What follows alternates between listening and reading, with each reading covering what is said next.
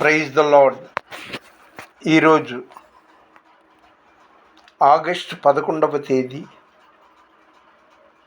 2024 సంవత్సరం ఆదివారం సాయంత్రం. ఈరోజు ఉదయం సెయింట్ పీటర్స్ కో కేథడ్రల్ వెళ్ళొచ్చాను. ఏమంటే ఆకారానికి ఇలా కనబడుతున్న ఒంటరి జీవితం, ఎంత బలహీనంగా ఉన్నానో దేవుడికి తప్ప ఇంకా లోకంలో ఎవరికీ తెలియదు. చాలా నీరసంగా ఉంది. నేను ఎంతసేపు నా గురించి ఆలోచిస్తున్నా, దేవుని గురించి ఆలోచించలేకపోతున్నాను. దేవునికి నేను ఏదో చేయాలంటే చాలా నీరసంగాను ఇబ్బందికరంగాను ఆటంకాలు వస్తున్నాయి. మన దేవుడు ఎలాంటి దేవుడు అండి? నేను పాపులను పిలవవచ్చి తిని కానీ నీతిమంతుల కొరకు రాలేదని చెప్పాడు. సుగుణాల సంపన్నుడా, స్తుతిగానాల వారసుడా, జీవింతును నిత్యము నీ నీడలో, ఆస్వాదింతును నీ మాటల మకరందము, జీవింతును నిత్యము నీ నీడలో, ఆస్వాదింతును నీ మాటల మకరందము. యేసయ్య నిన్ను తలంచగానే నా శ్రమలుగా అనిపించలేదే. యేసయ్య నీ కృప తలంచగానే నా శ్రమలుగా అనిపించలేదే.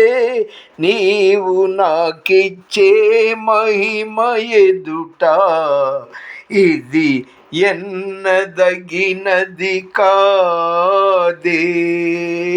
నీవు నాకిచ్చే మహిమ ఎదుట ఇది ఎన్నదగినది కాదే. సుగుణాల సంపన్నుడా. హల్లెలూయా.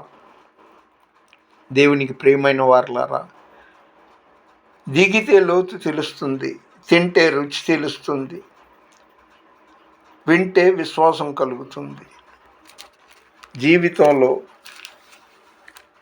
1995 సంవత్సరం నుండి దైవికమైన ఆలోచనలతో, అలవాట్లతో, ఆ తర్వాత సేవకుడిగా కొనసాగుతూ, అభిషేకింపబడి కొనసాగుతూ ముందుకు వెళ్తున్నాను. శ్రమ. నేను మొదట ఏదో బంగారు స్పూన్తో తిన్నవాడిని కాదు, కోటీశ్వరుని కాదు, ఉన్నత చదువులు చదివినవాడిని కాదు, మహాభక్తుడిని కానే కాదు. ఇది కొన్ని సంవత్సరాల తర్వాత ఈ వీడియోలంతా యూట్యూబ్లో జీసస్ పవర్ ఫ్రాన్సిస్ వీడియోలు మీరు ఆసక్తిగా చాలా ప్రత్యేకంగా చూస్తారు, వింటారు. సరే, విషయానికి వద్దాం. లూకా సువార్త 19వ అధ్యాయం 1వ వచనం నుండి.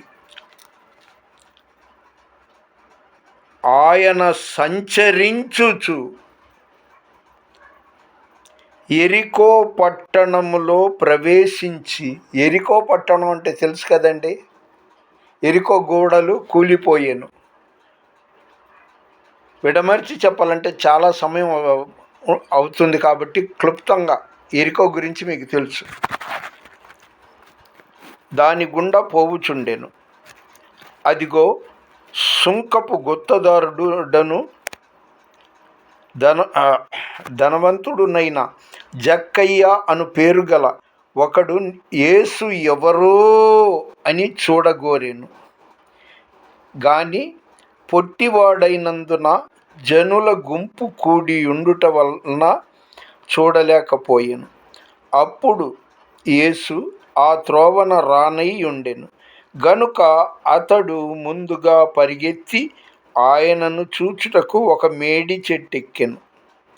యేసు ఆ చోటికి వచ్చినప్పుడు కన్నులెత్తి చూచి, జక్కయ్యా, త్వరగా రమ్ము, త్వరగా దిగుము, నేడు నేను మీ ఇంట ఉండవలసి ఉన్నదని అతనితో చెప్పగా, అతడు త్వరగా దిగి సంతోషముతో ఆయనను చేర్చుకొనెను. అందరూ అది చూచి, ఈయన పాపి అయిన మనుషుని యొద్ద బస చేయ వెళ్ళునని చాలా సణుగుకొని, జక్కయ్య నిలువబడి, ఇదిగో ప్రభువా, నా ఆస్తిలో సగము బీదలకిచ్చుచున్నాను.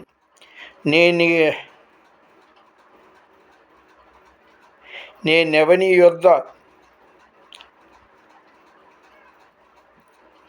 నైనను అన్యాయంగా దేనినైనను తీసుకొని ఉండిన ఎడల అతనికి 4 మరలా చెల్లింతునని ప్రభుతో చెప్పాను. అందుకు యేసు, ఇతడును అబ్రహాము కుమారుడే, ఎందుకనగా నేడు ఈ ఇంటికి రక్షణ వచ్చి ఉన్నది. మన వినికిడిలో దేవుడికి కొన్ని మాటలు దీవించును గాక. అతను మొదట ట్యాక్సులు వసూలు చేసే ఆయన ధనవంతుడు పరలోక రాజ్యం చేరుట కంటే సూది బెజ్జములో ఒంటెదూరుట మేలు అని వాక్యం ద్వారా దేవుడు చెప్పిన మాటలు మీకు నాకు అందరికీ తెలుసు. అయితే దేవుని ప్రణాళిక ఎప్పుడు ఏం జరుగుతుందో, ఎవరిని పిలుస్తాడో తెలియదు. ఒక దశలో అపోస్తుల కార్యం 9వ అధ్యాయం కావచ్చు,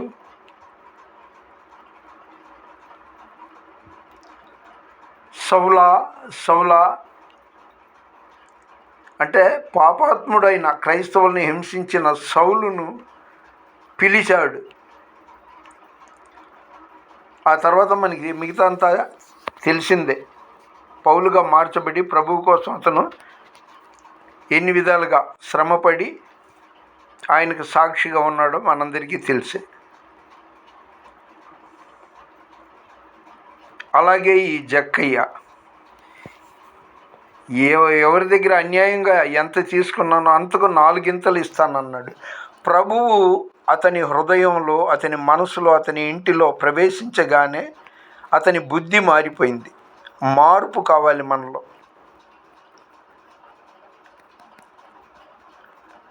అయితే దేవుని సన్నిధిలో ఉండాలనుకునే వాళ్ళకి శ్రమలు వస్తాయని గతంలో చాలాసార్లు చాలా వీడియోల్లో చెప్పాను.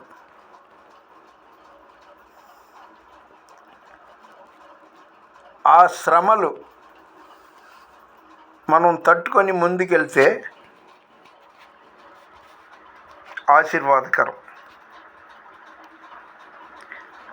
అది 2వ తిమోతిలో ఉంది, యేసుక్రీస్తునందు సద్భక్తి గలవారు హింసను పొందుదురు అని ఉంది. అలాగే కష్టాల గురించి చాలా చాలా చాలా చోట్ల ఉన్నాయి.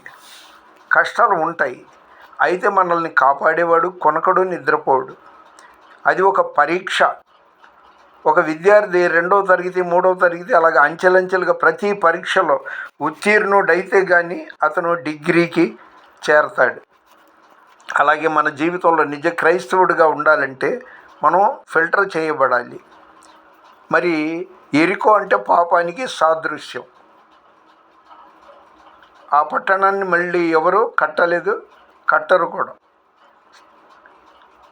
అలాంటి పట్టణంలో ఆయన సంచరించుచు వెళుతుండగా జక్కయ్య పొట్టివాడు, ప్రార్థన విషయంలో పొట్టివాడు, ధనంలో గట్టివాడు. అయినా దేవుడు అతన్ని పిలిచాడు. దేవుడు పిలిస్తే ఆ ఇంటికి రక్షణ వస్తుంది. ఆయన పిలవకముందే మనం, ఎందుకంటే ప్రభు రాకడ సమీపంగా ఉంది, ఆయనతో ఉందాము. అంతమంది జనంలో అంతమంది జనంలో ఎందరో ఉన్నారు, ఎందరో పేరులో దేవునికి తెలుసు. కానీ జక్కయ్యను చెట్టెక్కాడు, జక్కయ్య అని కేకేశాడు. ఆ జక్కయ్యకి కూడా ప్రభువు ఎవరో, యేసుక్రీస్తు ఎవరో, చాలామంది వెళ్తున్నారు, నేను కూడా వెళ్ళాలి, అతనికి తినటానికి లేదా, ఉండటానికి లేదా, కొరత అనేది లేనివాడు. అలాంటి వ్యక్తి ఒక్కసారిగా యేసుని చూడగోరాడు. నీవు కూడా ఈ క్షణంలో యేసుని చూడగోరుతున్నావా? ఆయనతో మాట్లాడదలిచావా? నీ జీవితమే మారిపోతుంది. ఎక్కువ సమయం దేవునిలో ఉంటే మనకెంతో ఆశీర్వాదం. దేవుని ప్రేమించే వారికి, అనగా ఆయన సంకల్పం చొప్పున పిలువబడిన వారికి మేలు కలుగుటకై సమస్తము సమకూడి జరుగుచున్నది. అయితే మళ్ళీ ఇది చాలాసార్లు చెప్పాను అనుకుంటా. నేను అద్దె ఇంట్లో ఉంటున్నా, ఒంటరిగా జీవిస్తున్నాను. నిదానంగా వినండి, అర్థం చేసుకోండి, ఆలోచించండి. 76 సంవత్సరాల వయసు, పలకరించే మనిషి లేడు. రోజు నా సిలువను మోసుకొని నేను వెళ్తున్నా. ఈ ఇంటిలో సౌకర్యం అరకొరగా ఉంది. ఇలాంటి నేపథ్యంలో దేవుణ్ణి నమ్ముకొని, దేవునితో ఉంటూ, దేవుడంటే ఇష్టపడి ఆయనతో కొనసాగుతున్నాను. రాత్రిపూట సరైన నిద్ర ఉండదు ఇంట్లో. ఏదో పీడకల్లో వచ్చినట్టుగా అనిపిస్తుంటుంది. గంటల తరబడి ప్రార్థన చేయాలనుకుంటే 1 గంట చేసేటప్పటికే బలహీన పడిపోతున్నాం. ఈ సందర్భంలో ఒక మాట చెప్తున్నాను, ముగించేస్తున్నాను. నిన్న 10వ తారీఖు శనివారం, ఆగస్టు 10వ తారీఖు శనివారం, కూచిపూడి దగ్గర మొవ్వలో ఉపవాస ప్రార్థనలో వెళ్ళి పాల్గొన్నా. సడన్గా నాకు కుడివైపు గుండెల్లో నొప్పి వచ్చింది. ఇక నా చాప్టర్ క్లోజ్ అనుకున్నా. ఒక స్లిప్ మీద అర్జెంటుగా, ఒకవేళ నాకేదైనా అయితే ఈ 4 నెంబర్లకి ఫోన్ చేయండి, వించిపేట అంబేద్కర్ బొమ్మ దగ్గర విజయవాడ అని రాసి జేబులో పైన కనబడేటట్టు పెట్టుకున్నాను. అయితే దేవుని చిత్తం నిన్న నేను చనిపోవడం కాదు, వచ్చాను. ఈ ఆగస్టు 11వ తారీఖు ఆదివారం కూడా చాలా నీరసంగా ఉన్నాను. అయితే పొద్దున్న వెళ్ళి ఆరాధనలో పాల్గొన్నాను. నేను అనేది ఒక పాపాత్ముడైన, ఒక ధనవంతుడైన జక్కయ్యని పిలిచిన దేవుడు, మోసగాడు అంటే యాకోబు అంటే మోసగాడు, అతన్ని పిలిచిన దేవుడు, ఇశ్రాయేలుగా మార్చిన దేవుడు, సౌలును పౌలుగా మార్చిన దేవుడు, నిన్ను మార్చాలంటే ఆయన పిలవకు ముందే, ఇప్పటి నుండే, ఎందుకంటే ముందు ప్రార్థన చేసుకునే వాళ్ళకి బాధలు తప్పవు ఏమో, సువార్త మనకి దొరకదేమో, తస్మాత్ జాగ్రత్త.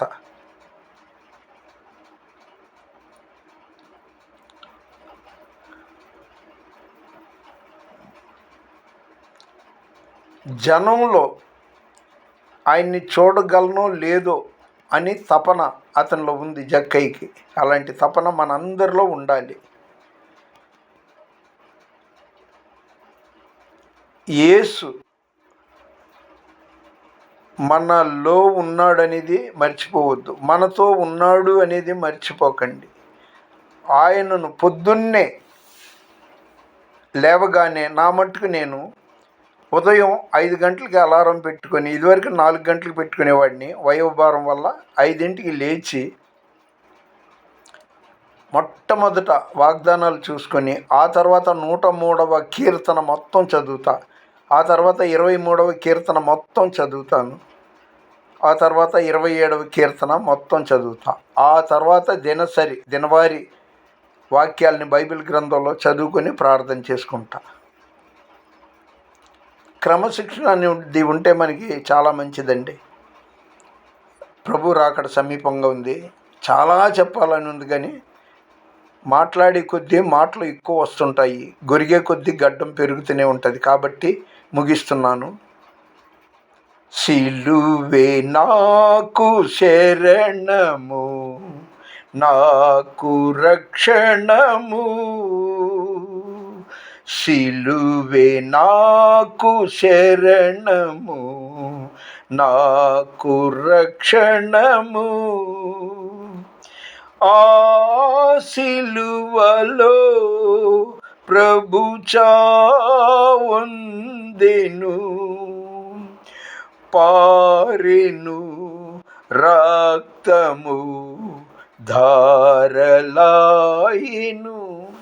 ఈ మధ్య వీడియోలో ఈ వీడియో పుణ్యమా అనేసి పుంకాలుగా సువార్థికులో, పాస్టర్లో, రెవరెండ్లో తెలియదు, కానీ బ్రదర్ విక్రమ్ అంట, ఆయన యెహోవా వేరు యేసుక్రీస్తు వేరు అనే ధోరణిగా ఏదో మాట్లాడాడు.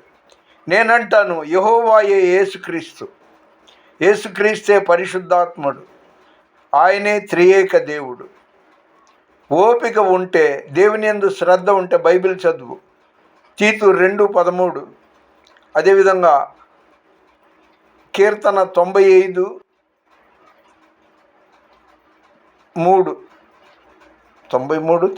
అనుకుంటా, చూడండి. చాలా ఉంది. యెహోవా వేరు యేసుక్రీస్తు వేరు అని జనాన్ని గలిబిలి చెయ్యమాకండి. నా మట్టుకు నేను ఘంటాపదంగా అంటున్నా, యేసుక్రీస్తే యెహోవా దేవుడు, ఆయనే పరిశుద్ధాత్ముడు, ఆయనే త్రియేక దేవుడు. ఎవరి ఇష్టం వచ్చినట్టు వాళ్ళు తమ స్వబుద్ధిని ఆధారం చేసుకొని మీడియాలో దంచేస్తున్నారు మాటలు. ఆయన చెప్పింది రాంగ్ అని ఈయన చెప్పింది రాంగ్ అని ఆయన. ఎందుకంటే మనకి పరిశుద్ధ గ్రంథం ఉంది కదా, అది చదువుకుంటే మనకి దేవుడే మాట్లాడతాడు. అది వదిలేసి అక్కడ సూచక క్రియలు జరుగుతుంది, అక్కడ అద్భుతాలు జరుగుతుందని పిచ్చయ్యలు అచ్చయ్యలు అక్కడెక్కడో ఎవరెవరో కార్యాలు చేస్తున్నారని పరుగులు పెట్టుకోమాకండి. దేవుని సన్నిధిలో మోకరించండి, మన ప్రార్థన ఆలకించడానికి ఆయన సిద్ధంగా ఉన్నాడు. నా వద్దకు వచ్చేవారిని నేను ఎంత మాత్రం త్రోసివేయనన్నాడు. అటువంటి దేవుడిని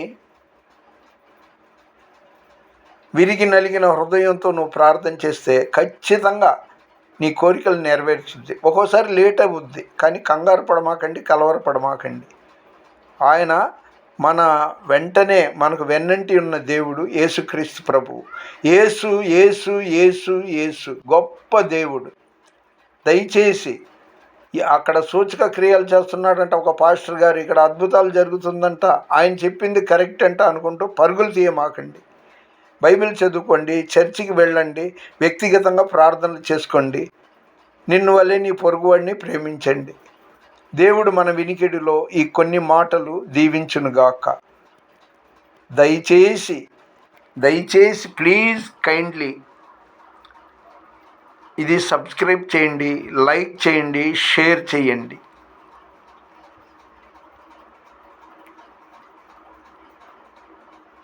మీ వ్యక్తిగత ప్రార్థనల కోసం నా ఫోన్ నెంబర్ ఇస్తున్నా. మీరు డబ్బులు పంపితే బాగుంటుంది, నేను బలపడతా నిలబడతా అనట్లా, లేకపోతే మీరు కోటీశ్వరులు అయిపోతారు అన్నాను. కానీ కొంతమంది మరీ నాకు దైవ సేవకులే సూచనలు ఇస్తున్నారు. ఫోన్పే నెంబర్ కూడా ఇవ్వండి, పంపకపోని అని అన్నట్టు. నా ఫోన్పే నెంబరు 9391450191. ఇదే నా ఫోన్ నెంబరు, ఇదే నా ఫోన్పే నెంబర్. దేవుడు మిమ్మల్ని మీ కుటుంబంలో అందరినీ దీవించునుగాక. God bless you. దేవుని పరిచర్యలో రత్నం ఫ్రాన్సిస్.